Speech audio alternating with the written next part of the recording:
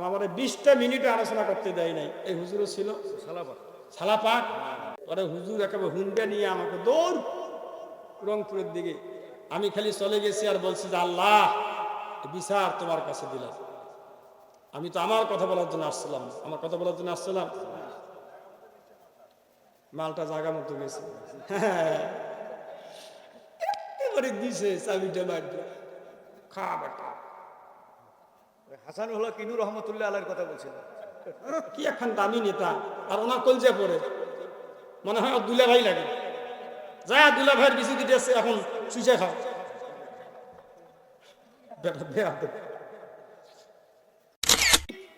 আপনি দুনিয়ার মানুষদেরকে বলে দেন 2 নম্বর কারণ আমি আল্লাহ বলতেছি।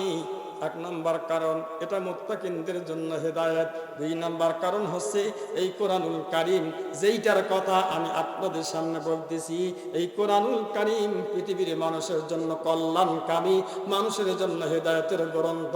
এই কোরআনের কাছে যদি কোনো বৌদ্ধ সম্প্রদায় আসে তার জন্য এটা কোরআন কল্যাণকামী। যদি খ্রিস্টান এসে আত্মসমর্পণ করে আর যদি কোরআনের আনুগত্য করে, কোরআন তার জন্য কল্যাণকামী। যদি কোনো বৌদ্ধ এইটার কাছে আসে আর যদি আনুগত্য স্বীকার করে না, বৌদ্ধের জন্য কোরআনুল কারীম হচ্ছে কল্যাণকামী। এইভাবে যতগুলি ধর্মীয় লোক এই পৃথিবীর মধ্যে আছে তারা যদি এর কাছে আসে, আনুগত্য স্বীকার করে, অনুসরণ যদি করে, তাহলে তারা কল্যাণকামী হবে। আমার আল্লাহ বলেছেন নবী এই কথা আপনি মানুষকে পৃথিবীর মধ্যে বলিয়ে দেন। ওয়াহাযাম কিতাবুন আনজালনাহু মুবারাকুম ফাত্তাবিউহু ওয়াত্তাকু লাআল্লাকুম তুরহামুন।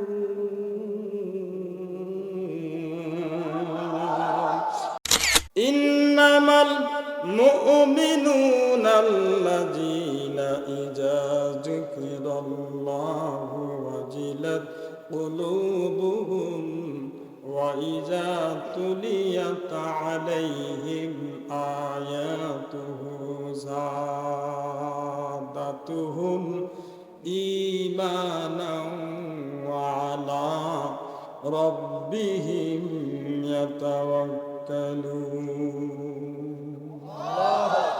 আরেকবার জোরে বলুন, আরেকবার জোরে বলুন। আল্লাহ রাব্বুল আলামিন বলেছেন নবী এই পৃথিবীর মধ্যে ঈমানদার তো তারা যার সামনে এই পবিত্র কোরআনুল কারীম খানি তেলাওয়াত করার পরে লোকটার মনের ভিতরে একটা টেন্ডেন্সি, একটা ফিনিশ তৈরি হয়। আর একটা আয়াত পড়তে দেখি শুনি আল্লাহর বান্দা কি বলতে চায়, আর একটা পড়তে শুনি কি বলতে চায়। এইভাবে যতই কোরআনুল কারীমের আয়াত তার সামনে তেলাওয়াত করা হবে, শুধুমাত্র শোনার আগ্রহ তার ভিতরের মধ্যে তৈরি হবে। এক পর্যায়ে শুনতে শুনতে মনের ভিতরের মধ্যে একটা ঈমানি জালজালা একটা তার ভিতরের মধ্যে তৈরি হবে। আর ভরসা করবে একমাত্র আল্লাহর উপরের মধ্যে। এই পৃথিবীর কোনো স্বৈর শাসক, কোনো স্বৈরাচারী, কোনো সরকার, কোনো ফ্যাসিস্ট সরকার কোনো ব্যক্তিকে ভয় করবে না, পরোয়া করবে না। একমাত্র আল্লাহর গোলাম। তিনি বলবে আমি আল্লাহর বান্দা, আমি আল্লাহর গোলাম, গোলামি করবো একমাত্র আমার আল্লাহর। তার যৌবন, তার জিন্দেগি, তার টাকা, তার পয়সা, তার অর্থনৈতিক, তার শারীরিক, তার মানসিক সকল সক্ষমতা আল্লাহ রাস্তায় কোরবানি করে দিয়ে আল্লাহ জমিনের মধ্যে আল্লাহ দিন প্রতিষ্ঠা করার আন্দোলনের কর্মী হয়ে আজীবন পর্যন্ত লড়াই করবে। তারা কতক্ষণ ঠিক কিনা? ঠান্ডা মাথা ওয়াজ আমি ধীরে ধীরে বলি, আপনারা আস্তে আস্তে শোনেন। কোরআনের কর্মীর এটি একটি বিশেষ পরিচয়। জান যাবে, জীবন যাবে, টাকা যাবে, পয়সা যাবে, তার সময়, তার শ্রম, তার অর্থনৈতিক, শারীরিক, মানসিক সকল ক্ষেত্রে একমাত্র আল্লাহকে রাজি এবং খুশি করার জন্য আল্লাহর উপরের মধ্যে ভরসা করবে। আমার বুকের মধ্যে যদি হাজারো বুলেট আর বোমা আর গুলি যদি এসে আমার বুকের উপর দিয়ে যদি ছাদ করে পেছন দিক থেকে যদি বের হয়ে যায়, একটি মাত্র তার ইমানি শক্তি, মৃত্যু যদি থাকে তাহলে মরব, আর হায়াত যদি থাকে পৃথিবীর কোনো শক্তি নাই জমিন থেকে আমাকে উৎখাত করতে পারে। এরা কারা? মোমেন। কারা? জোরে বলতে হবে, কারা? মোমেন। এইবার চলুন তো আল্লাহ রাব্বুল আলামিন 2 নম্বর গ্রুপের কথা বলতেছেন। আমার দৃঢ় বিশ্বাস এই 2 নম্বর গ্রুপটা এই মজলিসের মধ্যে নাই। আমার আল্লাহ বলেছে এমন কিছু লোক সমাজের মধ্যে থাকবে, এমন কিছু মানুষ থাকবে, জয়দেবপুর বাদের পার জামে মসজিদের উদ্যোগে তাফসীরুল কোরআন মাহফিল হয়, এমন লোক সেই জায়গার মধ্যে যদি থাকে তাহলে তার গুণটা কি সেটা আল্লাহ আমার পবিত্র কোরআনুল কারীমের মধ্যে বলতেছেন।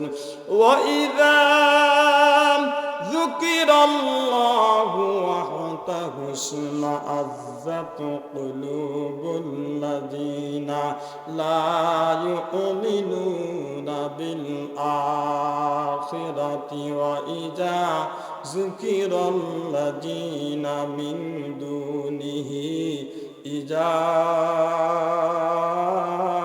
হুম ইয়াস্তাবশিরুন।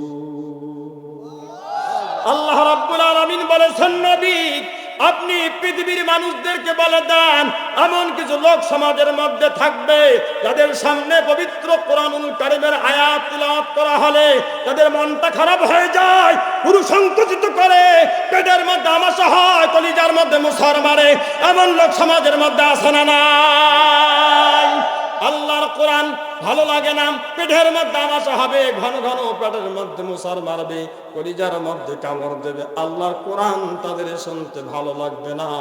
আর এই লোকগুলোর সামনে এই লোকগুলোকে শয়তান তখন তাদের কাছে যাবে, কানের মধ্যে প্রসাব করিয়া দেবে, আর তাদেরকে মুরিদ বানাইয়া বলবে, বেটা এই জয়দেবপুর বাদের পার মসজিদের ওয়াজ নসিহত শোনার দরকার নাই, আজকে চলো বাড়ির মধ্যে যাই, আল্লাহ যদি হায়াতে বাঁচিয়ে রাখে তাহলে অনেক ওয়াজ শোনা যাবে, বড় বড় বক্তা আসবে, এমন বক্তার ওয়াজ শোনা নাই, চলো বাড়ির মধ্যে চলে যাই।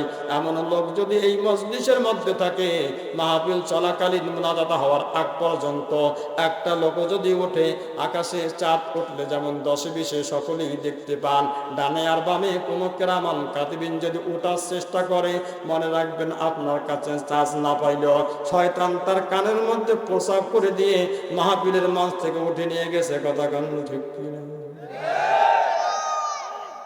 এমন লোক এখানে নাই, ইল্লাস সিদ্দিকী। হ্যাঁ, এই সিদ্দিকী ছাড়া। এর মানে উনি তো এতক্ষণ ওয়াজ করছেই, ওনার একটু আরাম আয়াসের দরকার, উনি গেলে যেতে পারে, ওনার ছুটি হবে, সমস্যা নাই। কিন্তু এ ছাড়া যদি কোনো লোক ওঠে, বুঝবেন শয়তান কারো বাথরুমে চান্স না পাইলে ওনার কানে চান্স পাইছে। আছে না এমন লোক?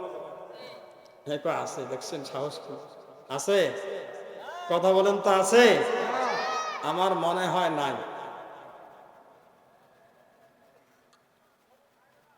2 নাম্বার শ্রেণী যারা, তারা এই 1ম নাম্বার গুণটা গেল। আল্লাহর কোরআন শুনতে ভালো লাগবে না, মন খারাপ হবে। দেখেন শুধু ডানে বামে কার মন খারাপ হয়। মন যদি খারাপ হয় বুঝবেন থার্মোমিটারে উনি ধরা পড়ছেন, উনি কোরআনের বিরুদ্ধে অবস্থান গ্রহণকারী পার্টি। উনি মুসলমানরা, উনি নিজেকে আওয়ামী লীগ বলতে স্বাচ্ছন্দ্য বোধ করে, উনি নিজেকে মুসলমান বলে দাবি করতে স্বাচ্ছন্দ্য বোধ করে না, নিজেকে বিএনপি বলে দাবি করতে স্বাচ্ছন্দ্য বোধ করে, নিজেকে উনি মুসলমান বলতে দাবি করতে আনন্দ পায় না, উনি নিজেকে জাসদ বাসদ খাসদ বলতে তেনারা আনন্দ বোধ করে। কথাকন ঠিক নেবে ঠিক? পরিচয় মোদের একটা, কিসের আওয়ামী লীগ, কিসের বিএনপি, কিসের জাতীয় পার্টি, জাসদ আর বাসদ, আমরা মুসলমান। মুসলমানদের সংবিধানের নাম কি? কোরআন।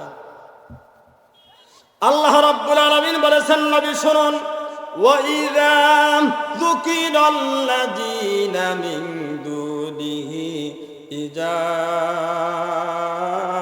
হুম ইয়াস্তাবশিরুন।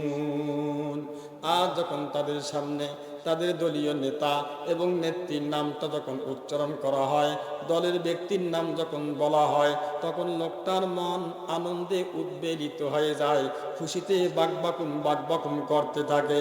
আল্লাহ নবীর নাম যখন বলা হয়, রাসূলের নাম যখন বলা হয়, যখন বলা হয় আল্লাহ নবীর পথে চলো, রাসূলের পথে চলো, তখন মনটা খারাপ হয়। আর নেতা নেত্রীর নাম বললে মনটা আনন্দে নাচে। এমন যদি কোনো গুণ কোনো ব্যক্তির ভিতরের মধ্যে থাকে, মনে রাখবেন মুসলমানেরা, এই লোকটা এখনো পর্যন্ত মুসলমান হতে পারে নাই, শুধুমাত্র মুসলমানদেরকে ধোঁকা দেওয়ার জন্য মাথার মধ্যে টুপি দেয়, গায়ের মধ্যে পাঞ্জাবি পরিয়া মসজিদে যায়। আল্লাহর কোরআন মনে রাখবেন এই লোকটা মুনাফিক। কি?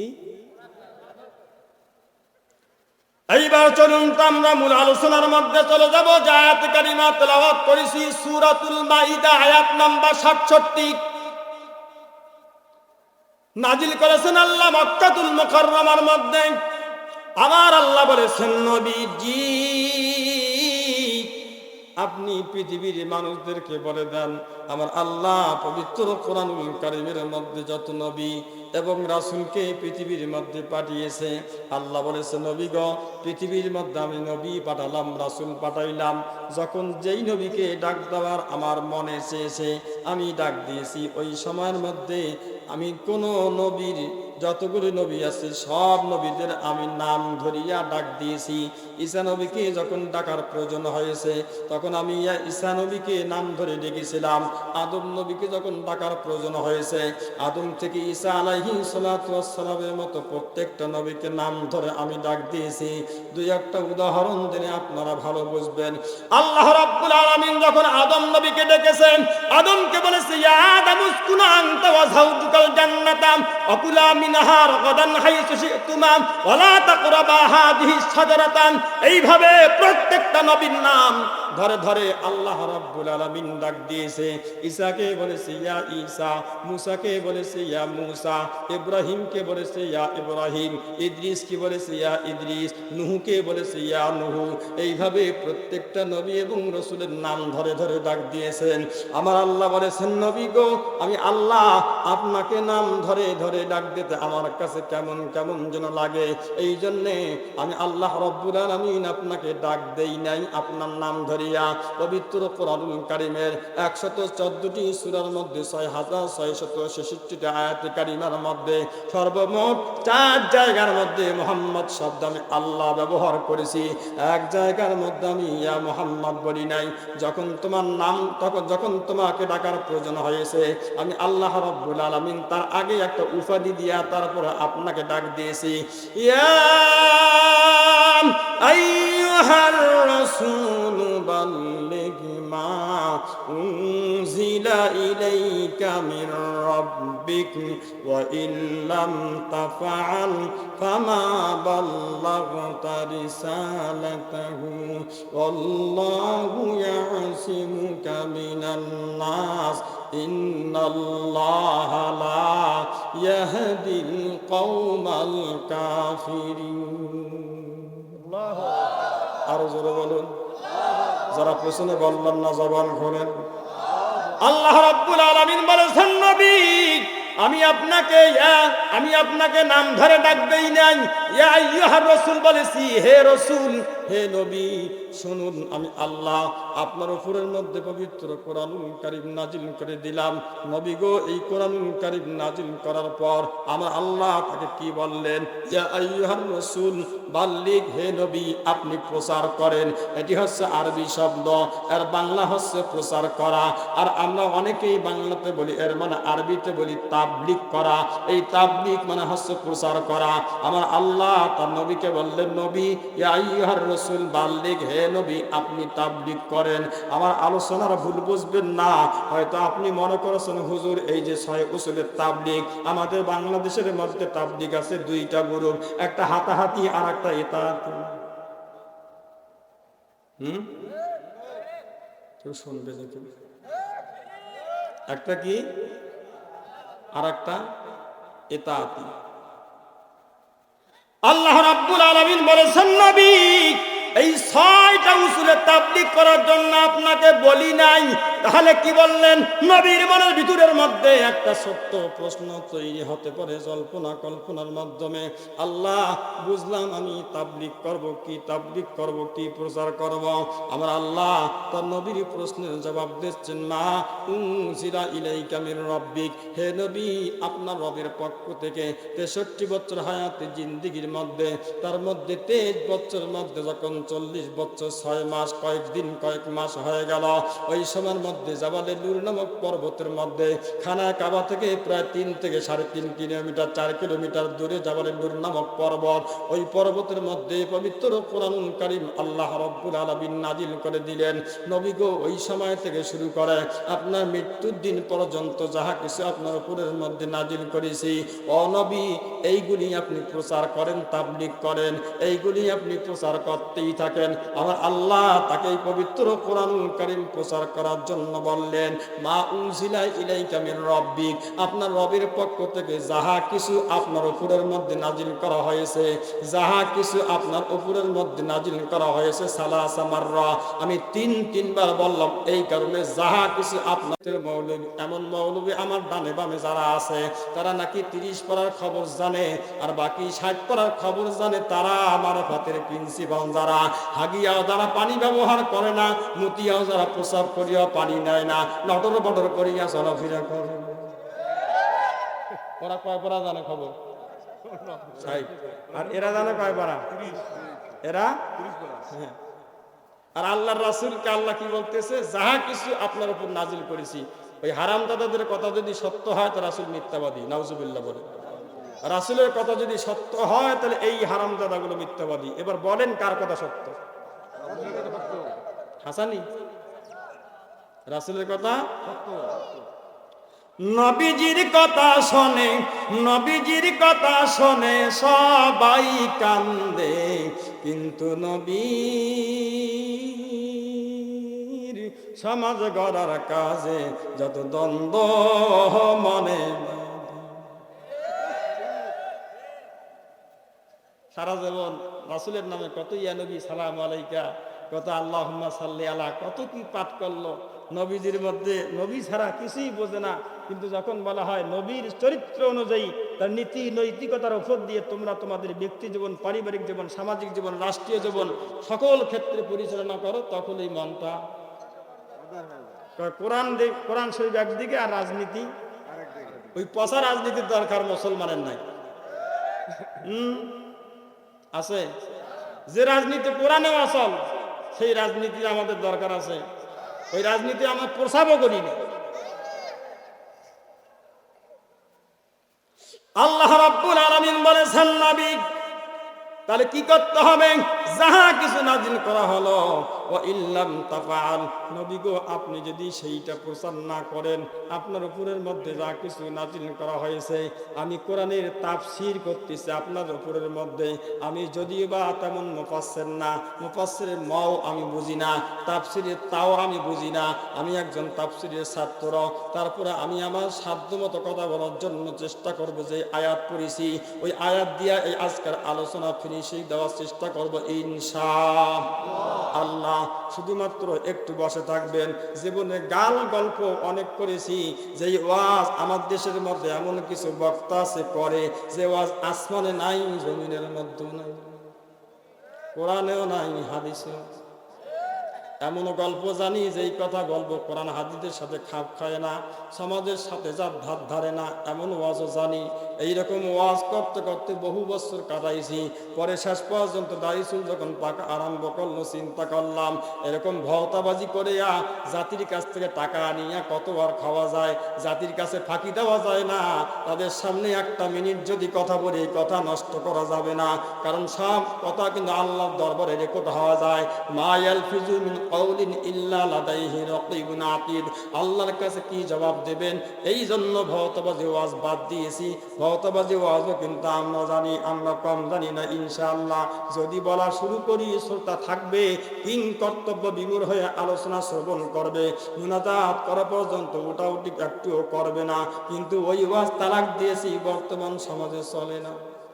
প্রথম বিসমিল্লাহ বলি, কলম লই লেখে আল্লাহর নাম, মুসলমানকে জানাই সালাম, হিন্দুকে প্রণাম। আরো আছে বঙ্গ, আরো আছে বঙ্গ, হইল ভঙ্গ স্বাধীনতার দান, ভাগ্য কাছে দেখা দিল বৈশাখী তুফান। নামটি সোনার বাংলা, নামটি সোনার বাংলা, হইল চাঙ্গা শোনেন ভাই বেরাদার, এই শুকনা মাছের ঘরে যেমন বিড়াল চৌকিদার আবার টেক্কা খায়।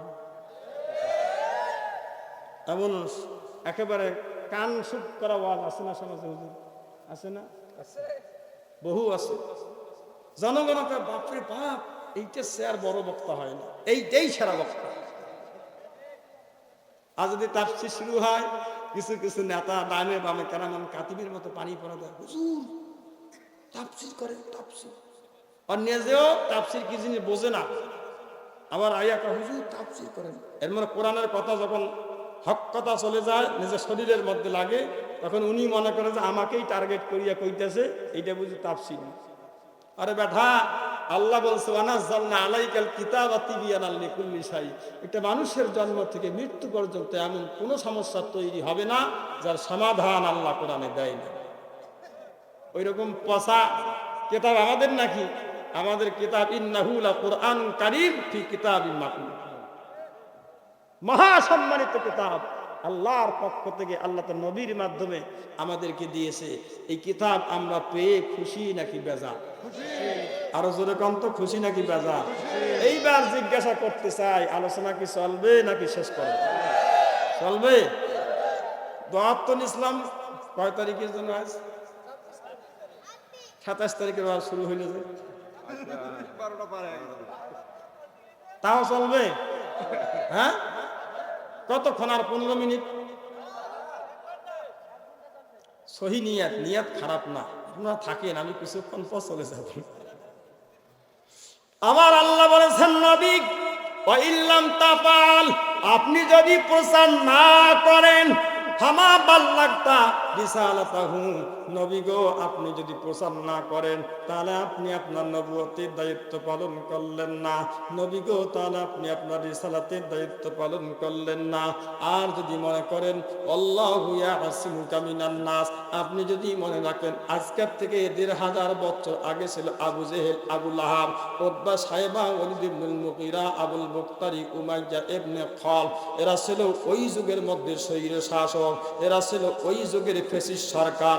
নবী গো এইভাবে আপনার ইন্তেকালের পরে একই দায়িত্ব তাদের উপরের মধ্যে অর্পণ করা হবে, যারা ওয়ারাসাতুল আম্বিয়া, যারা নায়েবে নবী, নবীদের যারা ওয়ারিস হবে, মাওলানা জহিরুল ইসলাম সিদ্দিকী সহ, এরপর মাওলানা হোসেন আহমেদ মাদানী সহ অসংখ্য যে ওলামায়ে কেরাম বাংলার জমিনের মধ্যে আছে, তাদের উপরের মধ্যে দায়িত্ব অর্পণ করা হবে যে আপনারাও প্রচার করতেই থাকেন। কিন্তু তারা দেখবেন ওই সময়ের মধ্যে ছিল ওল মডেলের ফেরাউন, ওই সময়ের মধ্যে ছিল ওল মডেলের আবু জেহেল ছিল। আমার আল্লাহ ডাক দিয়ে বলেছেন নবী গো, যেই কিতাব দিলাম এটা সর্বকালীন, সর্বযুগের সর্বশ্রেষ্ঠ কিতাব, যুগে যুগে কালে কালে এর কোনো পরিবর্তন হবে না। যখন অ্যানালগ থাকবে অ্যানালগ সিস্টেমে কোরআন চলবে, যখন ডিজিটাল হবে ডিজিটাল সিস্টেমে এই কোরআনুল কারীম চলবে। ও নবী, 1500 বছর পরে তোমার নবীর মধ্যে, তোমার নবীর উম্মতের মধ্য থেকে যারা কোরআনুল কারীম প্রচার করবে, তাদের জামানার মধ্যে 2024 সাল 25 সালের মতো তাদের উপরের মধ্যে ফ্যাসিস্ট সরকার চলে আসবে। তাদেরকে মনে রাখবেন, যদি তোমাদেরকে আয়না ঘরের ভিতরের মধ্যে ঢুকায়, যদি তোমাদেরকে নাগরিকত্ব ক্যান্সেল করে দেয়, যদি তোমাদেরকে ফাঁসি কাষ্ঠের মধ্যে ঝুলায়, যদি তোমাদেরকে শিয়াবে আবু তালেবের ভিতরের মধ্যে ঢুকায়, ও নবী আপনি কোনো চিন্তা করবেন না, আপনি কোনো ভয় পাবেন না। আমি আল্লাহ কোরআন নাযিল করেছি, সংরক্ষণ করার দায়িত্ব হচ্ছে আমার আল্লাহর। ইন্না নাহনু নাযালনা যিকরা ওয়া ইন্না লাহু লাহাফিজুন, কোরআন নাযিল করেছি আমি আল্লাহ, কোরআনকে সংরক্ষণ করার দায়িত্ব হচ্ছে আমার আল্লাহর। অনুরূপভাবে এই কোরআনুল কারীম জিনেরা দাওয়াত দেওয়ার জন্য চলে যাবে, নবী আপনিও কোনো ভয় পাবেন না। আল্লাহু ইয়াসিমুকা মিনান নাস, এই যখন যুগে যুগে কালে কালে ফ্যাসিস্ট সরকার চলে আসবে, নব্য আবু জেহেল তৈরি হবে, এই সমস্ত শয়তানের শয়তানি থেকে আমি আল্লাহ তোমার হেফাজত করবো। জোরে কান সুবহানাল্লাহ। হেফাজতের দায়িত্ব কার? বলেন কার? আল্লাহ। চলুন তো মূল আলোচনার মধ্যে চলে যাই। আমার আল্লাহ বলেছেন নবীজি আপনি কোরআন প্রচার করেন। ইন্নাল্লাহা লা ইয়াহদিল কওমাল কাফিরিন। ও নবী, আর নিশ্চয়ই মনে রাখবেন এই সমস্ত কাফেররা যাদের রগ তেরা, যাদের রগ বাঁকা, যারা কোরআন শরীফ শ্রবণ করতে চায় না, নিজেরা আইন মন গড়া আইন যারা সংবিধান বানাইতে চায়, রাষ্ট্রের মধ্যে পরিচালনা করতে চায়, নবী তারা যদি আপনার উপরের মধ্যে জুলুম করে, ইন্নাল্লাহা লা ইয়াহদিল কওমাল কাফিরিন, নিশ্চয়ই এই কাফেররা হেদায়েত প্রাপ্ত হবে না, আমি আল্লাহ তাদেরকে হেদায়েত দান করব না। ও নবী, আপনি আপনার দাওয়াত প্রচার করতেই থাকেন। আল্লাহর নবী সিদ্দিকে আকবরকে ডেকে বলতেছে, আবু বকর রে, আমার আল্লাহ কোরআনুল কারীম আমার উপরের মধ্যে নাজিল করে দিয়া এই কোরআন প্রচার করার জন্য বলেছে। হযরত আবু বকর ডেকে বলে, নবীজি, ও নবী, আপনি তো কোরআন প্রচার করতেই আছেন, আবার আপনাকে কোরআন প্রচার করার জন্য আল্লাহ বলেছেন কেন? আবু বকর রে, এই কোরআন তা আল্লাহ আমাকে প্রচার করার জন্য বলেছে। আবু বকর নবীকে সান্ত্বনা দেয়, নবী গো, এই কোরআন প্রচার করতে গিয়া আপনি 3 থেকে 3.5 বছর পর্যন্ত শিয়াবে আবু তালেব নামক জেলখানার ভিতরের মধ্যে আপনি ছিলেন। আপনার কর্মী বাহিনীর উপরের মধ্যে নির্যাতন করা হয়েছে। নবী গো, আপনার বেলালের উপরের মধ্যে এমন নির্যাতন করা হয়েছে, মক্কার ভূখণ্ডের মধ্যে এমন কোন রাজপথ নাই যেই রাজপথের মধ্যে বেলালের রক্ত ঝরে নাই। ইয়া রাসূলুল্লাহ, খাব্বাবের উপরের মধ্যে নির্যাতন করা হয়েছে। ইয়া রাসূলুল্লাহ, আম্মার ইবনে ইয়াসারকে 2টা পায়ের মধ্যে রশি লাগাই দিয়া 2টা উটের পায়ের মধ্যে সেই রশি সংযুক্ত করে দিয়েছে। উট 2টা 2 দিকে দাব দিয়ে দিয়েছে, মাঝখান থেকে একটা জীবন্ত মানুষ দ্বিখণ্ডিত হয়ে গেছে। ইয়া রাসূলুল্লাহ, সুমাইয়াকে আবু জাহেল তার ঘরের মধ্যে নিয়ে গিয়া 1টা 2টা নয় 11টা তীর তার লজ্জাস্থানের মধ্যে নিক্ষেপ করে তাকে শহীদ করে দিয়েছে। আল্লাহর নবী, তারপরে কি আপনাকে তাবলীগ করতে হবে? নবী আমার ডেকে বলে, আবু বকর রে, আমার আল্লাহ যেই জায়গায় আমাকে কোরআন প্রচার করার জন্য বলেছেন, আবু বকর, আল্লাহর অর্ডারের কাছে পৃথিবীর কোন মানুষের কৈফিয়ত চলে না। আল্লাহর অর্ডারের কাছে মানুষের কোনো অজুহাত বলেন বলেন বলেন চলে? এই ভাই, আবারও জিজ্ঞেস করি, বিরক্ত হচ্ছেন? মন খারাপ হচ্ছে? চলবে তো আলোচনা নাকি? জি, আমি তো আমাকে দেখার জন্য আপনাদেরকে বলতেছি না, শুধু কোরআন কি বলে একটু শুনে। এই কোরআনের আকর্ষণে যদি আপনাদেরকে মাহফিলে ধরে রাখতে পারে, আমার মন সাক্ষী দেয়, আল্লাহ ইচ্ছা করলে এর বিনিময়ে আমাদের অতীতের সমস্ত গুনাহগুলো মাফ করে দিয়ে জান্নাত দিতে পারেন কিনা? পারেন না? আল্লাহর ক্ষমতা নাই? হ্যাঁ, শুধু একটু ইখলাসের দরকার। কিসের দরকার? ইখলাসের দরকার। আল্লাহ রাব্বুল আলামিন বলেছেন, নবী দাওয়াত দেন। নবী আমার দেখে বলে, আবু বকর, মার যত বাড়বে, অত্যাচার জুলুম যত বাড়বে, আবু বকর রে, এই কোরআনের প্রচার তত বৃদ্ধি পাবে। জোরে বলেন, জোরে বলেন। অত্যাচার যত বাড়বে, কোরআনের প্রচার তত বৃদ্ধি পাবে। অত্যাচার যত বাড়বে, কোরআনের প্রচার তত, জুলুম যত বৃদ্ধি পাবে, কোরআন তত প্রচার হবে। দলিল যদি চান চলুন, তো এটা আমার কথা নয়, আবু বকর সিদ্দিকের মুখের কথা নয়, চলুন তা আল্লাহর কোরআন কি বলে আমরা একটু শুনে আসি। তাফসিরে জাবিরি থেকে আমি আপনাদের কাছে এখন বলবো। আমার আল্লাহ পবিত্র কোরআনুল কারীম সূরাতুল ইব্রাহিমের 24 নম্বর আয়াতে কারিমার মধ্যে বলেছেন, আলাম তারাম কাইফা দারাবাল্লাহু মাসালান কালিমাতান তাইয়্যিবাতান কাশাজারাতিন তাইয়্যিবাতিন আসলুহা সাবিতুন ওয়া ফারউহা ফিস সামা।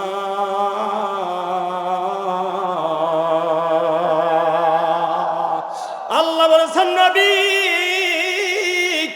আপনাকে এমন একটা বৃক্ষ দান করলাম, এমন একটা কিতাব দান করেছি, এটা পবিত্র বাক্য, এর শিকড়গুলো হচ্ছে 7 তবক জমিনের নিচ পর্যন্ত। ও নবী, এর ডালপালাগুলো হচ্ছে 7 আসমান পর্যন্ত বিস্তৃত। নবী গো, এইটার শিকড়গুলো হচ্ছে 7 তবক জমিন পর্যন্ত, আসমান পর্যন্ত বিস্তৃত হয়েছে ডালপালাগুলো। এবার শোনেন, আব্দুল্লাহ ইবনে আব্বাস রইসুল মুফাসসিরিন, তাফসীর জগতের মধ্যে সবচেয়ে শ্রেষ্ঠ মুফাসসির আব্দুল্লাহ ইবনে আব্বাস বলতেছে, নবী গো, আপনি বলেন তোদের ডালপালা কারা এবং শিকড় কারা? নবী আমার ডেকে বলে, ইবনে আব্বাস রে, আর শিকড়গুলো হচ্ছে আমার গুনাহগার উম্মত। জোরগান সুবহানাল্লাহ। আব্দুল্লাহ ইবনে আব্বাস বলে, নবী বুঝলাম যে শিকড়গুলো আপনার গুনাহগার উম্মত, কিন্তু ডালপালা তারা কারা? নবী আমার ডেকে বলে, তারাও হচ্ছে আমার গুনাহগার উম্মত। আব্দুল্লাহ ইবনে আব্বাস বলে, হুজুর কিছুই বুঝলাম না। শিকড় তারাও আপনার গুনাহগার উম্মত, এরপর ডালপালা তারাও হচ্ছে আপনার গুনাহগার উম্মত। হুজুর এটা কি করিয়া সম্ভব হয়? আব্দুল্লাহ ইবনে আব্বাস রে, আমার উম্মতেরা, আমি এমন একজন পলিটিশিয়ান লিডার, আমি এমন একজন নেতা, জন্মের পর থেকে আজও পর্যন্ত নেতা, জন্মের পরও আমি নেতা। আমার মৃত্যুর বয়স যত বাড়বে, আমার কর্মী বাহিনী তত বৃদ্ধি পাবে। বলুন তো দেখি, আল্লাহ নবীর জামানায় যেই পরিমাণ উম্মতে মুহাম্মাদি ছিল, তখন থেকে আজ পর্যন্ত কমছে নাকি বাড়ছে? আগামীকাল বাড়বে নাকি কমবে? আরো 50 বছর পরে বাড়বে নাকি কমবে? আর এমন নেতা আমরা দেখেছি, নেতা দেশ থেকে চলে যাওয়ার পরে তার চামচা তো দূরের কথা, এলাকার চৌকিদার পর্যন্ত ঘরের মধ্যে খুঁজে পাওয়া যায় না। আস্তে কম, শয়তানে শুনবে। আর আল্লাহর নবী এমন একজন নেতা, যাহার সম্পর্কে জাজ বার্নার্ড বলেছেন, he was the free super in the world, if all the world was united under one leader, then Muhammad sallallahu alayhi wasallam would have been the best fitted man to lead the people's body of peace, that mass and ideas together and happiness. যার সম্পর্কে জজ বার্নার্ডের মতো মানুষ, একজন বিশ্ববিখ্যাত একজন philosopher, একজন দার্শনিক, চমৎকার একটি কথা বলেছেন, আল্লাহর নবী এমন একজন চমৎকার একজন নেতা, এমন একজন ব্যক্তি, তামাম বিশ্ব পৃথিবীর যদি ক্ষমতা তার বাহুডোরের ভিতরের মধ্যে যদি দেওয়া হয়, তামাম বিশ্ব পৃথিবীর মধ্যে একমাত্র শান্তি, স্বস্তি, নিরাপত্তার গ্যারান্টি এই পবিত্র কোরআনুল কারীমের মাধ্যমে সম্ভব। কতক্ষণ ঠিক কিনা? জিন্দা রাহতে হয় জামানে কো হাদারত তেরি, কাউকাবে কিসমত ইনকা হায় খেলাফত তেরি। যাদের ভয়ে নত শিরে কাঁপত সকল বেঈমান, কইরে তোরা সেই বেরেরা, কোথায় গেল সেই ঈমান? আমরা সেই জাতি, একবার যদি জন্মগ্রহণ নেতা যদি হইতে পারে, তাহলে এদের কাছ থেকে ক্ষমতা ছিনিয়ে নেওয়া এতটা সহজ ব্যাপার নয়। যে নেতা পাগল বোঝো না, সেও নিজের শান্তিটা ভালো বোঝে। কাজেই অনেকেই এখন চিন্তা করতেছে, এটা আমার কথা নয়, অনেকেই চিন্তা করতেছে দেশের মধ্যে দলীয় সরকার থাকাচ্ছে, না থাকাই ভালো। স্বস্তি, শান্তি, নিরাপত্তা যদি সাধারণ মানুষ পায়, চাঁদাবাজি, টেন্ডারবাজি, এটা ওটা হওয়া যদি চার্জ না থাকে, কি দরকার তাহলে ওইগুলো দিয়ে? সাধারণ জনগণ যেমনি ভালো পায়, আমরা কথা কোন লাগবে। তাহলে কি বোঝা গেল, যখন নেতারা ভোট চাওয়ার জন্য আসে, পোস্টারের নিচের মধ্যে লেখা থাকে জনগণের সেবা করার, এমন সেবা করে, হায় রে সুবহানাল্লাহ, সেবার ঠেলায় আর ঘরের ভেতর থাকে না, আকুড়ে আলা বাস দেয়।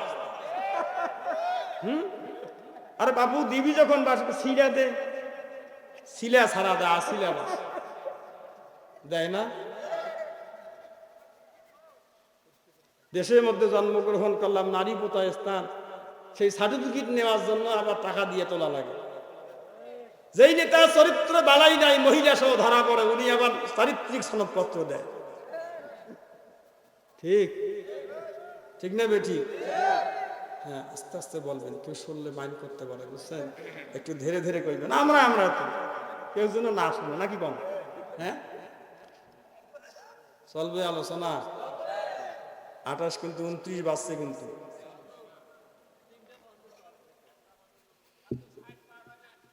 দেখি কম দামি ঘড়িতে কয়টা বাজে। না, এটাও একই অবস্থা। এক দরকার ঘড়ি পাল্টে ফেলাবো, নাকি বলেন? হ্যাঁ, আল্লাহ রাব্বুল আলামিন বলেছেন নবী আপনি বলে দেন এটা ওই শিকড় যেই শিকড় এমন মজবুত আকারের মধ্যে দিলাম। এই জন্য তো আল্লামা দিলওয়ার হোসেন সাইদি শহীদ মরহুম রহমাতুল্লাহ আলাই আল্লাহ তাকে জান্নাতুল ফেরদাউস নসিব করুক, এমন একটা ব্যক্তি তিনি এই জগতের মধ্যে ছিলেন। শুধুমাত্র বাংলাদেশের রত্ন নয়, তামাম বিশ্ব পৃথিবীর মধ্যে তিনি একজন রত্ন ছিলেন। তিনি এই জন্যই বলেছেন এই 12 কোটি মানুষ নিয়ে এই গাছের গোড়ার মধ্যে একটু এইরকম করবে, অমনে করে মামুর বাড়ি দিল্লির মধ্যে গিয়ে পড়ে যাবে। আল্লাহর কি কাম! উনি চিন্তা ভাবনা করে দেখলো সারা জীবন পর্যন্ত তার সাথে মানে বেয়াদবি করেছি, তার সাথে ফাজলামো করেছি, আমি একটু কারাদণ্ড দিলাম যাতে দুনিয়ার মধ্যে বাঁচতে না পারে, কোন আমলে যদি করতে না পারি অন্তত একটা আমল করি। উনি বলেছে ধাক্কা দেবো, অন্য ওই পাশের মধ্যে গিয়ে করব। সে আর জীবনে হলো মরার পরে আমলটা আরম্ভ করছে। আল্লাহ রাব্বুল আলামিন বলেছেন নবী আপনি পৃথিবীর মানুষদেরকে বলে দেন এই জান্নাতে আর গোড়াটা এতটাই শক্তিশালী, রানা প্লাজার মতো বিল্ডিংকে ধাক্কা দিয়ে ফেলে দেওয়া সম্ভব হয়, কিন্তু ইসলামকে দুর্বৃত্ত করা সম্ভব হয় না। আল্লাহ নবী বলেছেন ইবনে আব্বাস রে আমার গুনাহগার উম্মতরা আল্লাহ কোরআনকে জিন্দা করার জন্য তার যৌবন শক্তিটা, টাকা, তার অর্থ করি সব কিছুকে এমন ভাবে ইসলামের জন্য ব্যয় করবে, এরা মরলে শহীদ হবে, বাঁচলে গাজী হবে। ওয়ালা নাবলুওয়ান্নাকুম বিশাইইম মিনাল খাউফি ওয়াল জু'i ওয়া নাকসিম মিনাল আমওয়ালি ওয়াল আনফুসি আসমারাতি। এটা আপনারা বুঝেন, ওয়াজার করা লাগে।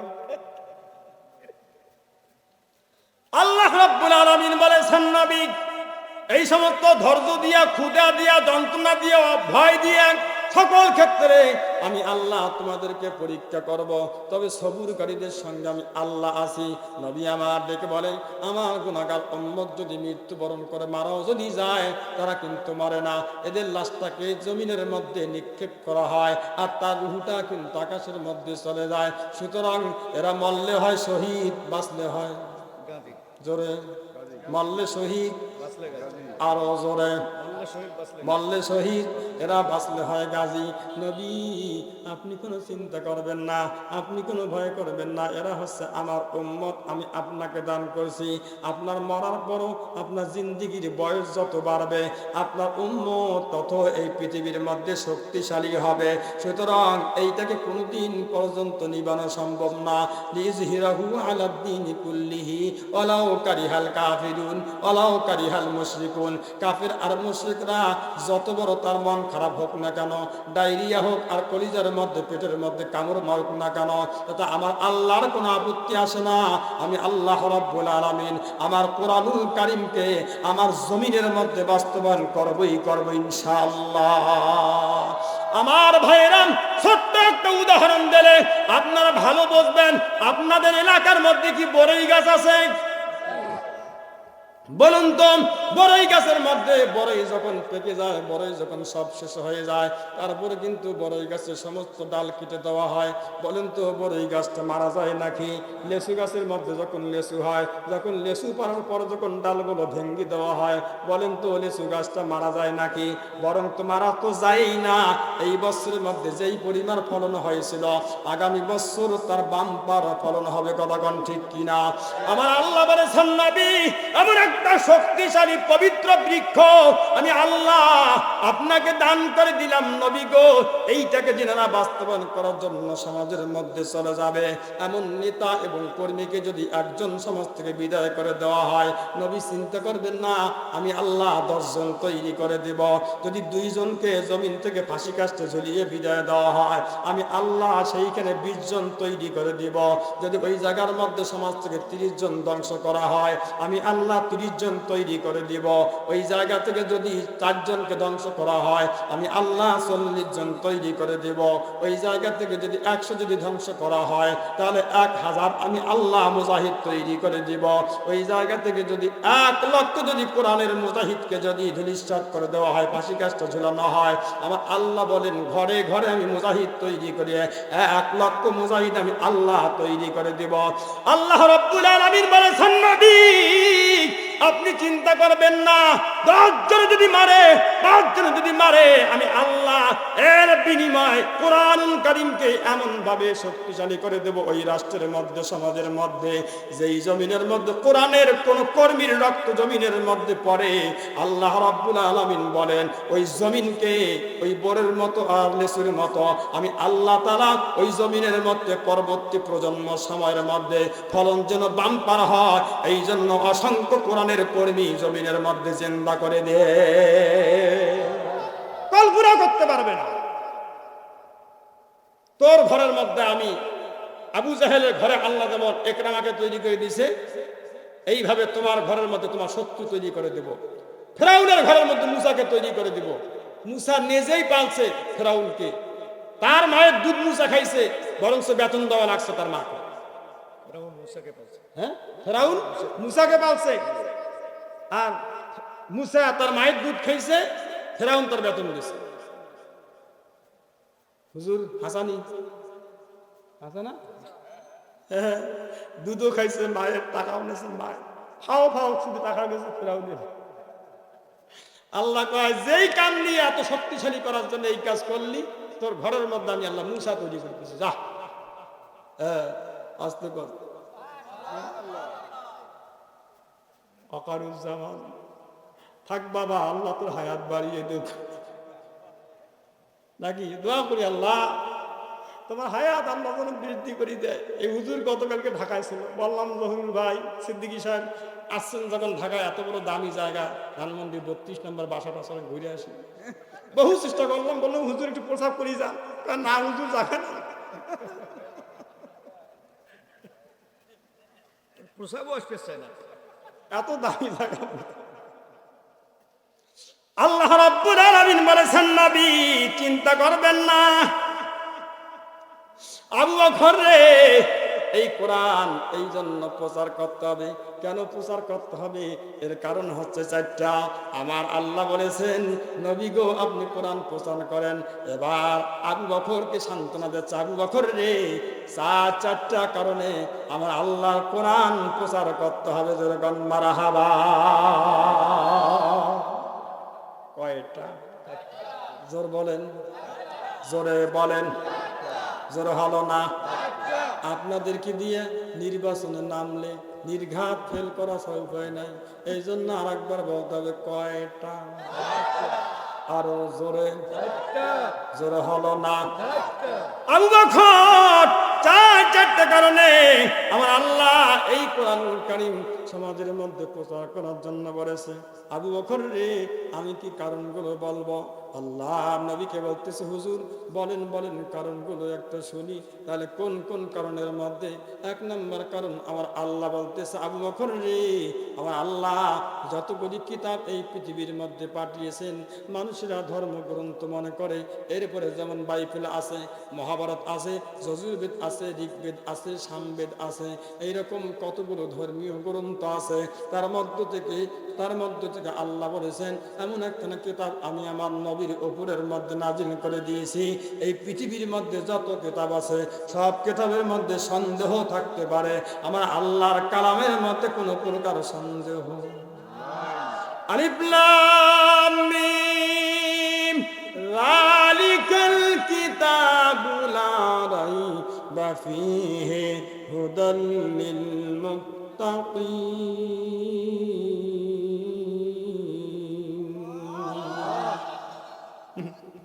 কে বলে কোরআন শোনার লোক নাই? দেখছেন, এগুলো আসলেই কোরআনের পাগল। তা না হলে আরামের ঘুম হারাম করিয়া বিছানা থেকে এখানে রাখতে পারে। আপনাদের এইটা কি জায়গা মনে? ওই এই ইউনিয়নের নাম কি? গজঘন্টা ইউনিয়ন। রাজবল্লভ না কোন বল্লভ একটা জায়গা আছে কোথায়? হ্যাঁ হ্যাঁ রে, কয়েক বছর আগে আমি ওয়াজ করতে আসছিলাম, আমার 20টা মিনিটে আলোচনা করতে দেয় নাই। এই হুজুরও ছিল সালাপাক। দেখছেন, সালা বলে পাক। এই জায়গাতে যদি এই অবস্থা হয় তো নাপাক সালার কি অবস্থা? পাক জায়গার মধ্যে গিয়ে আমাকে 20টা মিনিট আলোচনা করতে দেয় নাই। ওরা হুজুর একেবারে হুন্ডা নিয়ে আমাকে দৌড় রংপুরের দিকে। আমি খালি চলে গেছি আর বলছি যে আল্লাহ বিচার তোমার কাছে দিলাম। আমি তো আমার কথা বলার জন্য আসছিলাম, মালটা জায়গা মতো গেছে। এবারে দিছে চাবিটা মারবে খা বেটা। হাসানুল হক ইনু রহমতুল্লাহ আলাইহির কথা বলছিল। কি এখন দামি নেতা, আর ওনার কলজা পড়ে মনে হয় দুলা ভাই লাগে, যা দুলা ভাইয়ের বিসি দিতে আসছে এখন সুইচে খাও বেটা বেয়াদব। আল্লাহ রাব্বুল আলামিন আপনি দুনিয়ার মানুষদেরকে বলে দেন 2 নম্বর কারণ আমি আল্লাহ বলতেছি। 1 নম্বর কারণ এটা মুত্তাকিনদের জন্য হেদায়েত, 2 নম্বর কারণ হচ্ছে এই কোরআনুল কারীম যেইটার কথা আমি আপনাদের সামনে বলতেছি। এই কোরআনুল কারীম পৃথিবীর মানুষের জন্য কল্যাণকামী, মানুষের জন্য হেদায়েতের গ্রন্থ। এই কোরআনের কাছে যদি কোনো বৌদ্ধ সম্প্রদায় আসে তার জন্য এটা কোরআন কল্যাণকামী, যদি খ্রিস্টান এসে আত্মসমর্পণ করে আর যদি কোরআনের আনুগত্য করে কোরআন তার জন্য কল্যাণকামী। যদি কোনো বৌদ্ধ এইটার কাছে আসে আর যদি আনুগত্য স্বীকার করে না বৌদ্ধের জন্য কোরআনুল কারীম হচ্ছে কল্যাণকামী। এইভাবে যতগুলি ধর্মীয় লোক এই পৃথিবীর মধ্যে আছে তারা যদি এর কাছে আসে আনুগত্য স্বীকার করে অনুসরণ যদি করে তাহলে তারা কল্যাণকামী হবে। আমার আল্লাহ বলেছেন নবী এই কথা আপনি মানুষকে পৃথিবীর মধ্যে বলিয়ে দেন। ওয়াহাযাম কিতাবুন আনজালনাহু মুবারাকুম ফাত্তাবিউহু ওয়াত্তাকু লাআল্লাকুম তুরহামুন।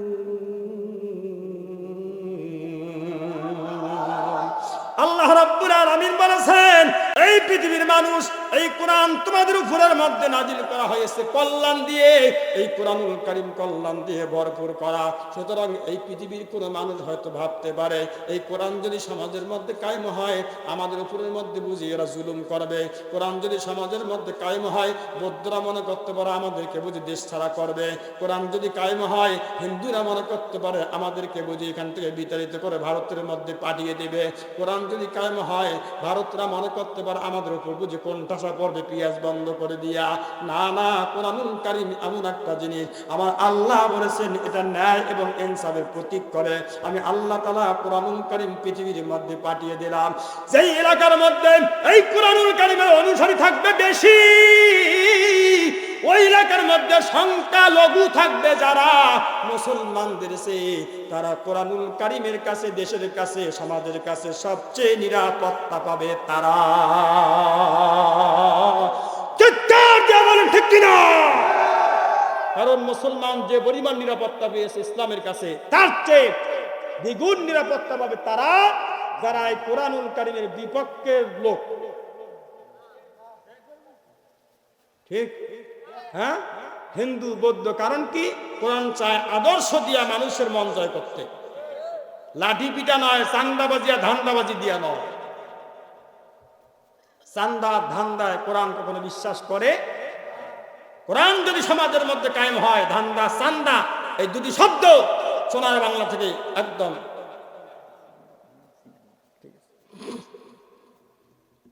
এইবার চলুন তোমার আল্লাহ রাব্বুল আলামিন বলেছেন নবী করুণার মূর্ত প্রতীক হস্তে কোরআনুল কারীম সূরাতুল বাকারা 257 নম্বর আয়াতে কারিমার মধ্যে আল্লাহ রাব্বুল আলামিন বলেছেন আল্লাহু ওয়ালিয়ুল্লাযীনা আমানু ইউখরিজুহুম মিনাজ যুলুমাতি ইলান নূর ওয়াল্লাযীনা কাফারু আউলিয়াউহুমুত الطاغوت يخرجونهم من النور إلى الظلمات। আল্লাহ রাব্বুল আলামিন বলেছেন 2 নম্বর কারণ আমি আপনাদের সামনে বলতেছি। আমার আল্লাহ রাব্বুল আলামিন বলেছে বান্দারে শোনো, যারা ঈমান আনে আল্লাহ তাদের সাহায্যকারী হয়ে যায় এবং সহায় হয়, আল্লাহ তাদের বন্ধু হয়ে যায়। আর কোরআনুল কারীম গ্রহণ করার কারণে তাদেরকে অন্ধকার পথ থেকে আল্লাহ তাদেরকে আলোর পথের মধ্যে নিয়ে আসে। আর কোরআনুল কারীমের সঙ্গে বিরোধিতা করে যারা আল্লাহ রাব্বুল আলামিন বলে শয়তান তাদের ওলি হয়ে যায়, অভিভাবক হয়ে যায়, গার্ডিয়ান হয়ে যায়। আলোর পথ থেকে শয়তান তাদেরকে অন্ধকার পথের মধ্যে নিয়ে যায়। কথা কোন ঠিক কিনা? এইবার চলুন তো 3 নম্বর কারণটা কি? আল্লাহ রাব্বুল আলামিন বলেছেন নবী তিন নাম্বার কারণ এই কোরআনুল কারীম কেন প্রচার করতে হবে, তিন নাম্বার কারণটা বলতেছি। আর একটা কারণ বলার পরে আমি মূল আয়াতের মধ্যে চলে যাব ইনশাআল্লাহ। আমার আল্লাহ বলেছেন, নবী আপনি দুনিয়ার মানুষদেরকে বলে দেন, ওয়া ইন্নাহু লাযিকরুল লাকা ওয়া লিকাওমিকা ওয়া সাওফা তুসআলুন।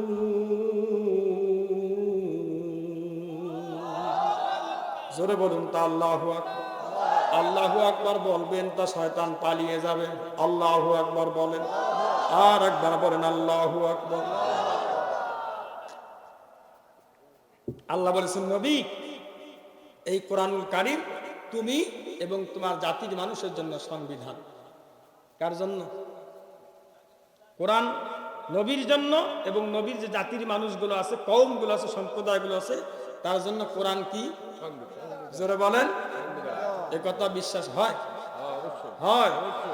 যার বিশ্বাস হয় না তারা মানব রচিত সংবিধানের দিকে দৌড়ায়। কোন দিকে দৌড়ায়? মানব রচিত সংবিধানের দিকে দৌড়ায়। যে কোরআন যে সংবিধান এটা বিশ্বাস করে না। আল্লাহ রাব্বুল আলামিন বলেছেন, নবী এই পৃথিবীর মধ্যে যতগুলি গ্রন্থ আছে কোন গ্রন্থ তার সংবিধান হতে পারে নাই। হিন্দু গ্রন্থ তার সংবিধান হতে পারে নাই, খ্রিস্টানদের ধর্মীয় গ্রন্থ সংবিধান হতে পারে নাই, বৌদ্ধদের ধর্মীয় গ্রন্থ সংবিধান হতে পারে নাই। বৌদ্ধদের ধর্ম গ্রন্থ নামের হচ্ছে ত্রিপিটক, জানেন তো? সকালবেলা দেখেন না টেলিভিশন চালু করার পরে কোরআন পড়ে, রামায়ণ পড়ে, ত্রিপিটক পড়ে। ঠাকুর মশাই ধুতি একখান গায়ের মধ্যে দিয়ে, মাথার মধ্যে ছাদ নাই, আসলো, আসার পরে 26 সপ্তাহ সকিত ভবন্ত অং শান্তি বদ্ধং শরণঙ্গস্বামী ধম্মং শরণঙ্গস্বামী অং শান্তি অং শান্তি অং অং অং। এই অং অং করতে করতে যদি মুখ দিয়ে রক্ত বমিও করে, মাগার শান্তি আসা সম্ভব? কারণ তাদের ধর্মীয় গ্রন্থ স্লোগান আর তাদের বাস্তবতার কোনো মিল নাই। আছে কথা কন? আছে? আলোচনা কি চলবে ভাই?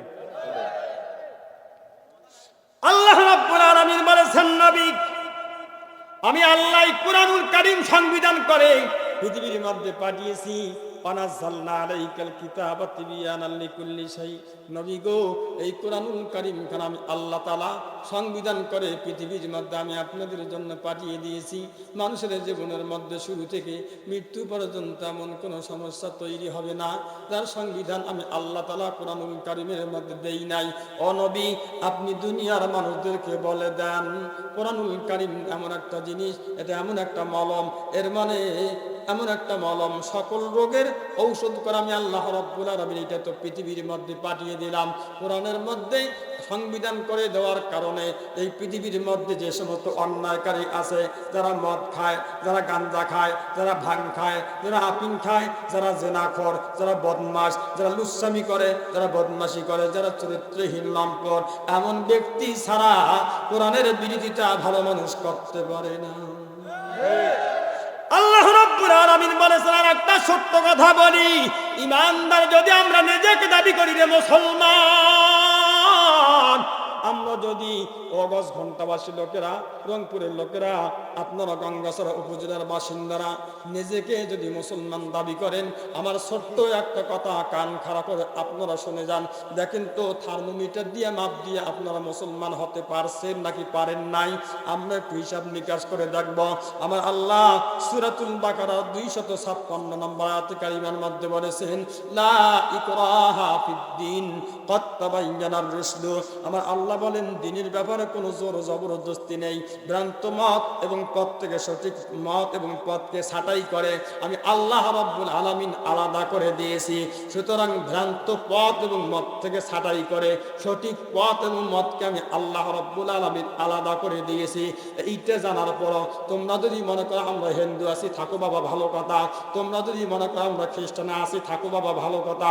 তোমরা যদি মনে করো আমরা অন্য ধর্মের মধ্যে আছি, থাকো, তাতে কোরআনের কোনো আপত্তি নাই। লা ইকরাহা ফিদ্দিন, দিন নিয়ে ধর্ম নিয়ে কোনো প্রকার বাড়াবাড়ি নাই। আর যদি নিজেকে ইমানদার দাবি করেন তাহলে আপনাদের করণীয় কি? ইমানদার ব্যক্তিদের জন্য ঈমান আনার প্রথম পূর্বের শর্তটা কি? ইমানদার যদি দাবি করেন তাহলে কার সঙ্গে সম্পর্ক রাখা যাবে না। আমার আল্লাহ এই আয়াতের মধ্যে দ্বিতীয় অংশের মধ্যে বলেছেন, ফামাইয়াকফুর বিত্তাগুতি ওয়া ইউমিন বিল্লাহি ফাকাদ ইসতামসাকা বিল উরওয়াতিল উসকা। আল্লাহ রাব্বুল আলামিন বলেন, ঈমান আনার প্রথম সত্য হচ্ছে, ঈমান আনার পূর্বের সত্য হচ্ছে তাগুতি শক্তিকে, বাতিল মতবাদকে সম্পর্ক ছিন্ন করতে হবে। পৃথিবীর কোনো তাগুতি শক্তির সঙ্গে আপনার কোনো সুসম্পর্ক থাকতে পারবে না। তাগুতি শক্তি কাকে বলা হয়? যেই দল, যেই মতের লোকেরা, যেই পথের মানুষেরা এই কোরআনুল কারীম সমাজের মধ্যে কায়েম হোক নিজেও চায় না, সেই আন্দোলনের মধ্যে শরীক হয় না। আর কোরআনুল কারীম এই জমিনের মধ্যে কায়েম হোক এই আন্দোলনকে তারা পছন্দ করে না। আর মনে সোজা কথা বুঝবেন, কোরআন শরীফ সমাজে প্রতিষ্ঠিত হোক এইটা যারা চায় না, মানব রচিত সংবিধান সমাজের মধ্যে কায়েম করতে চায়, তাদেরকে তাগুত বলা হয়। এই তাগুতি শক্তিরা নিজেও কোরআনের আইন পছন্দ করে না, অন্য যারা পছন্দ করে তাদেরকেও দেখতে পারে না। আল্লাহ বলতেছে, ফামান ইয়াকফুর বিত্তাগুত ওয়া ইউমিন বিল্লাহি ফাকাদ ইসতামসাকা বিল উরওয়াতিল উসকা। ঈমানদার যদি নিজেকে দাবি করতে চাও, ওই তাগুতকে তালাক দিতে হবে। কাকে তালাক দেওয়া লাগবে? এবার নাম বলা লাগবে? বোঝেন নাই? তাগুতকে তালাক দিতে হবে। কয় তালাক? 2-1 তালাক, যাতে আবার ফেরত নেওয়া যায় না। 3 তালাক বাইন, যেইটা দিলে হিল্লা বিয়ে দেওয়া ছাড়া আর কোনো উপায় নেই। ওই তালাক দিয়া ইমানটাকে মজবুত করতে হবে। কয় নাম্বার বললাম জানো? হ্যাঁ, কয় নাম্বার?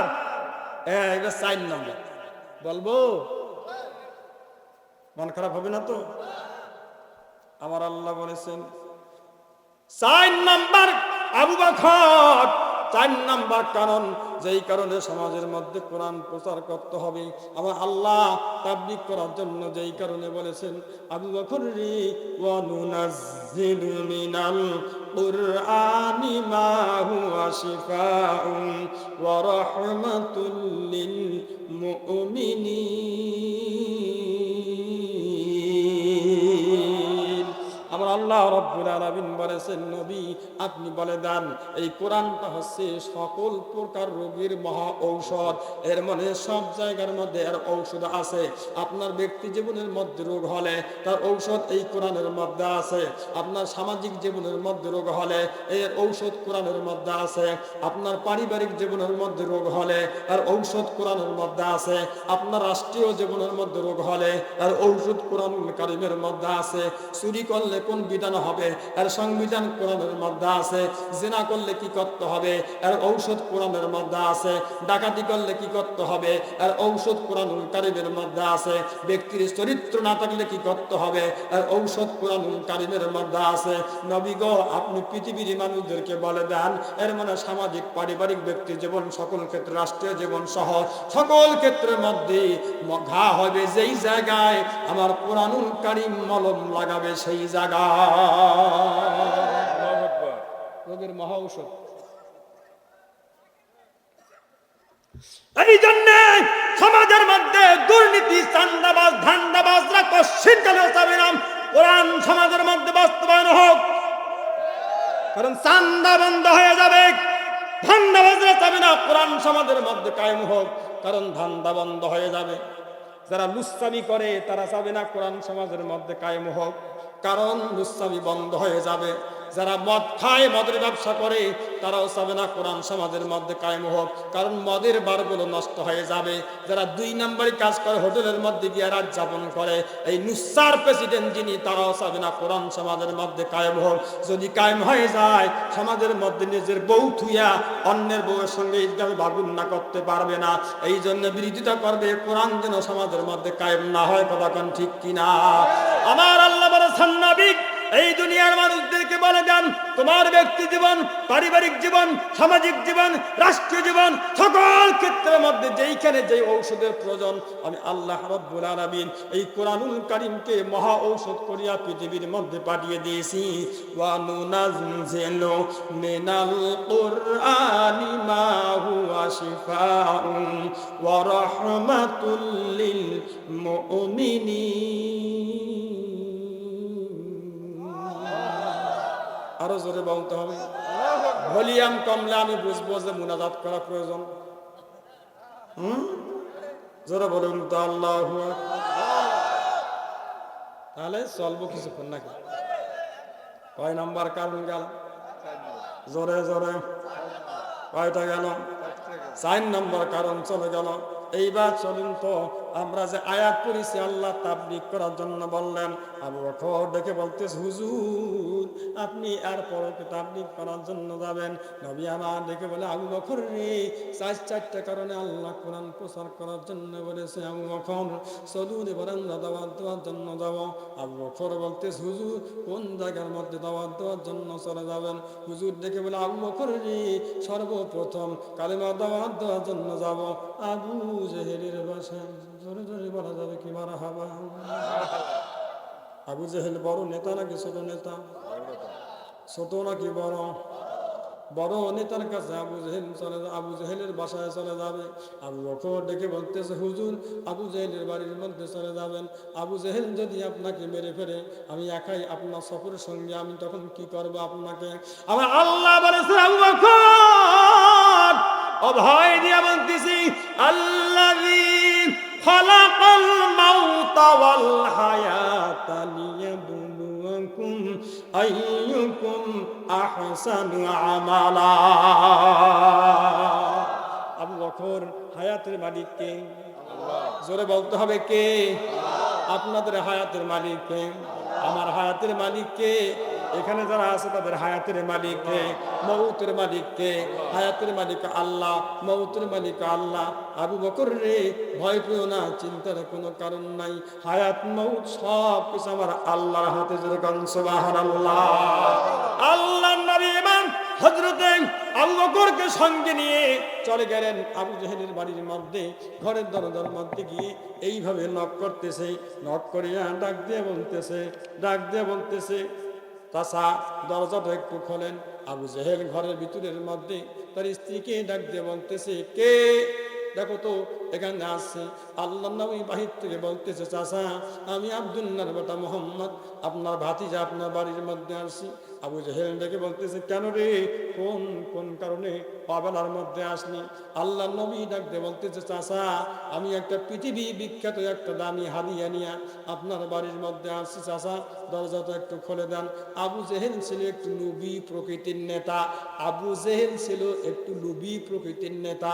এই জন্যে তিনি বলতেছে, নাকারা রে, তাড়াতাড়ি করে দরজাটা খুলে দে, আমার ভাতিজা আছে। আমি আবু জেহেল ভালো করে জানি, আমি জিন্দিগিতে আব্দুল্লাহর বেটা মুহাম্মদকে আল্লাহর নবী হিসাবে স্বীকৃতি দেই নাই। তবে এই কথা সত্য যে আমার ভাতিজা আব্দুল্লাহর বেটা মুহাম্মদ জিন্দিগিতে কোনোদিন মিথ্যা বলে নেই। জিন্দিগিতে কোনোদিন মিথ্যা।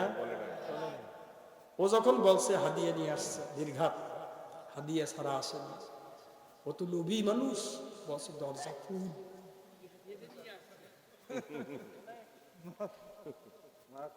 আমরা এখন কোথায় আছি কান্ত? কোথায়? এতক্ষণে অদিগলে শুনলেন আবু জেহেলের বাসা কোথায়? ওর বাসা কোথায় জানো? আবু জেহেলের বাসা কোথায়? সৌদি আরব। কোথায়? মক্কায়। আবু জেহেলের বাসায় আমরা আছি এখন বর্তমান। ভিসা করছেন, পাসপোর্ট করছেন? ভিসাও নাই, পাসপোর্ট নাই। ভিসা পাসপোর্ট ছাড়াই আবু জেহেলের বাসার মধ্যে হাজির হয়েছেন। কি মনে করেন? আবু জেহেলের বউয়ের নাম হচ্ছে নাকারা, মানে হচ্ছে অনির্দিষ্ট। ওর বউয়ের চরিত্রটা ছিল এমন, একজনের সাথে বিয়া বসলো, মন চাইলে তো থাকলাম, না চাইলে তালে গো। এমন প্রকৃতির লোক, মহিলা তিনি। এই জন্য তার নাম হচ্ছে নাকারা। এইবার আবু জেহেল হচ্ছে নাকারার 15 নম্বর স্বামী আবু জেহেলের সঙ্গে বিয়ে হওয়ার আগে নাকারার আরো 14 বার বিয়ে হয়েছিল। আবু জেহেল কয় নম্বর স্বামী? এই জন্য যেরকম সুবহানাল্লাহ। এই পাবলিক কয় কি রে, 14টা বিয়ে করিয়া 15 নম্বর ভাতা। পাবলিক কয় সুবহানাল্লাহ। হ্যাঁ, আমার ভাই, হ্যাঁ আমার ভাইও খুব ভালো জানে, মানে মাথা নিচ করে দিয়ে খালি হাসতেছে।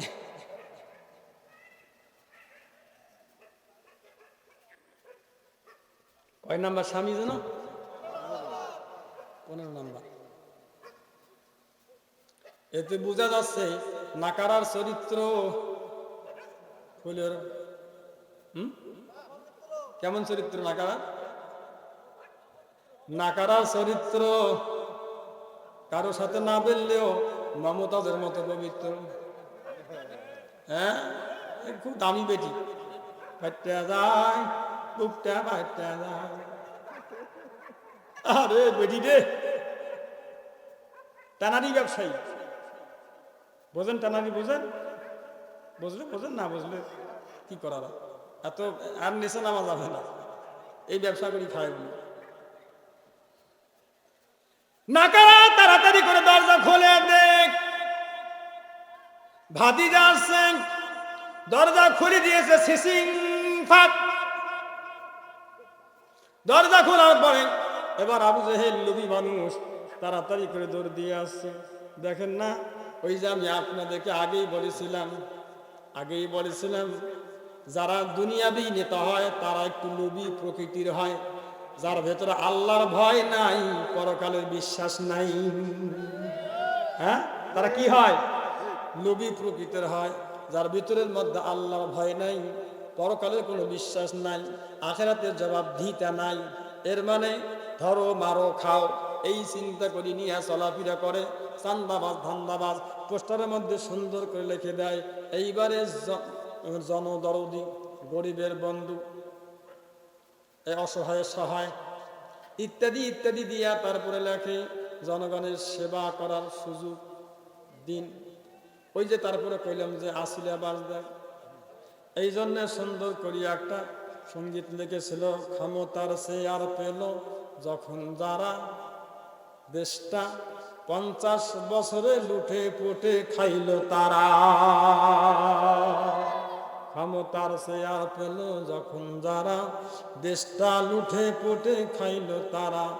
ক্ষমতায় যাওয়ার আগে, ক্ষমতায় আসার আগে ভাষণ তাদের মঞ্চ মাতানো, একটি গমের কণাও মেরে খাবো না কখনো। ক্ষমতা আসার পরে চেনে না সে মানুষ কারা, স্বার্থ হাসিল হলো এখনকার ডাকে কে দেবে সারা।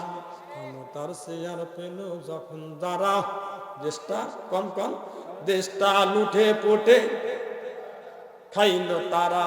যতবার হলো দেশে একের পর এক নেতার বদল, জাতির শান্তি চায় না কেহ, করছে নিজের দলকে সবল। আস্তে কন, আরো আস্তে কন।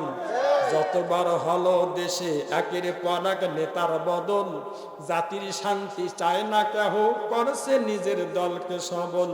স্বপ্ন পূরণ করছে সবে, রেখেছে যা বাপ দাদারা, এদিকে গরিব দুঃখী না খেয়ে যে যাচ্ছে মারা। ক্ষমতার চেয়ার পেল যখন যারা দেশটা লুটে পুটে খাইল তারা। ঠিক কিনা যেরকম, আরো যেরকম ঠিক কিনা? মোরা চাই দেশের ভিতর নেতা নাই যে নীতির বদল, মোরা চাই দেশের ভেতর নেতা নাই যে নীতির বদল, তবে তো ভরবে দেশে ঘরে ঘরে সুখের ফসল। এসো তাই গুড়িয়ে ফেলি নাস্তিকের এই দেওয়া ফসল, এসো তাই গুড়িয়ে ফেলি নাস্তিকদের দেওয়াল ঘেঁষা।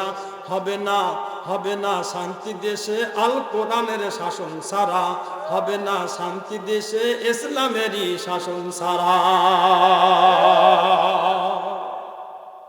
ঠিক, এইটা ছাড়া উপায় আছে নাই। তা নাহলে আবু জেহেলের মতো। আবু জেহেল এবার দৌড় দিয়ে আসছে নবীর কাছে, নবীকে ডেকে বলতেছে মোহাম্মদ দে তো দে হাদিয়াটা দে। যখন হাদিয়া চেয়েছি, এইবার মোহাম্মদ বলতেছে, চাচা আমি যে হাদিয়াটা নিয়ে আসি, চাচা গো এই হাদিয়াটা হাতের মধ্যে দেওয়া যাবে না। কোথায় দিবি রে ভাতিজা? পকেটের মধ্যে দিবি নাকি? এই নে পকেটটা তিনি সামনে দিয়েছে, হাদিয়াটা এই জায়গার মধ্যে দে। না চাচা এই জায়গার মধ্যে দেওয়া যাবে না, তাহলে কোন জায়গার মধ্যে দিবি? তাহলে কি একটা ঝোলা ব্যাগ নিয়ে আসবো নাকি? ব্যাগের মধ্যে হাদিয়া দিবে নাকি? না না চাচা, আমি যে হাদিয়াটা দেব, আমি এই হাদিয়াটা দেব আপনার কানের মধ্যে। সুবহানাল্লাহ। আল্লাহু আখরাজাকুম মিন বুতুনি উম্মাহাতিকুম লা তা'লামুনা শাইআ ওয়া জা'আলা লাকুমুস সামআ ওয়াল আবসারা ওয়াল আফইদাতা লাআল্লাকুম তাশকুরুন।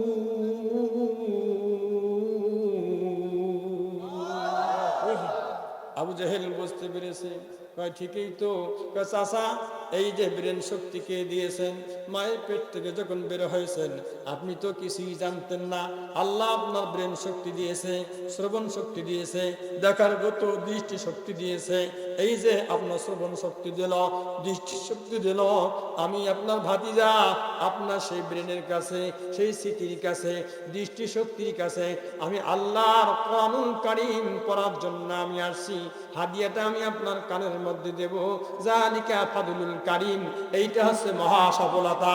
এই কোরআনুল কারীম যদি কোনো ব্যক্তি গ্রহণ করতে পারে, চাচা আপনি একবার শুধু কোরআনুল কারীম শুধু গ্রহণ করেন, আপনি কালেমা পড়ে শুধু মুসলমান হয়ে যান। চাচা আমি আপনার ভাতিজা আব্দুল্লাহর বেটা, আমি আপনার কাছে ওয়াদা দিচ্ছি, আমি কথা দিলাম কিয়ামতের কঠিন ময়দানে মহাশরে, যেই সময় বাবায় কোনো ছেলের উপকার করতে পারে না, ছেলে কোনো বাবার উপকার করতে পারবে না, স্বামী কোনো স্ত্রীর উপকার করতে পারবে না, স্ত্রী কোনো স্বামীর কল্যাণ করতে পারবে না। চাচা আমি কথা দিলাম সেই দিন কিয়ামতের কঠিন ময়দানে মহাশরে আপনার ঘরের মধ্যে গামছা পাছাইয়া আমি আপনার ভাতিজা আব্দুল্লাহ বাবা মোহাম্মদ একটা টান দিয়ে আপনাকে আমি জান্নাতের মধ্যে নিয়ে যাবো। যেরকম সুবহানাল্লাহ।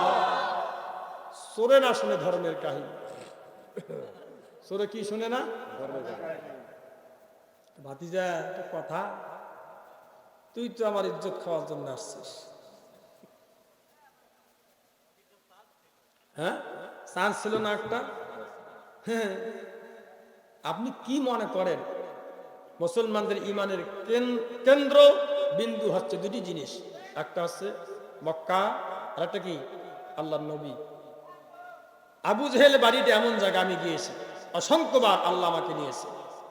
সাফা এবং মারওয়া পাহাড় ঘেঁষা আছে আবু জেহেলের বাড়ি।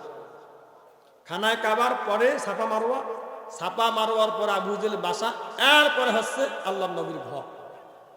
তাহলে একদিকে আল্লাহ নবী আর একদিকে খানায় কাবা, দুইটা ইমানের কেন্দ্র বিন্দুর মাঝখানে আবু জাহেলের বাসা। মাগার ইমান কিসমতে জোটে না। দেখছেন হাই রে কথা, ইমান দেখেন না আমাদের দেশে কত নেতা আছে, গাল ছালতে চাচতে চাচতে চেমড়া লাগিয়ে গেছে। নাপিতের দোকানে গেলে বৃদ্ধাঙ্গুল ধরে হুম ঢুকো দিয়ে এরপরে শেভ করে। তারপরও যার নাই মন খারাপ করেন না, নবীর সুন্নাত রাখার মতো তৌফিক আল্লাহ তারে দেয় নাই। এরপরে নেতাও দেখবেন তারপরে ইমান আনার কিসমতে তার জোটে নাই, আরো বড় বড় কথা কয়, কোরআনের সাথে রাজনীতির কোনো সম্পর্ক অত না নাই। হ্যাঁ এমন ভালো নেতা অত না নয়, কন কপাল পড়া রে, তুই মুসলমান জানাজা করিয়া গিয়ে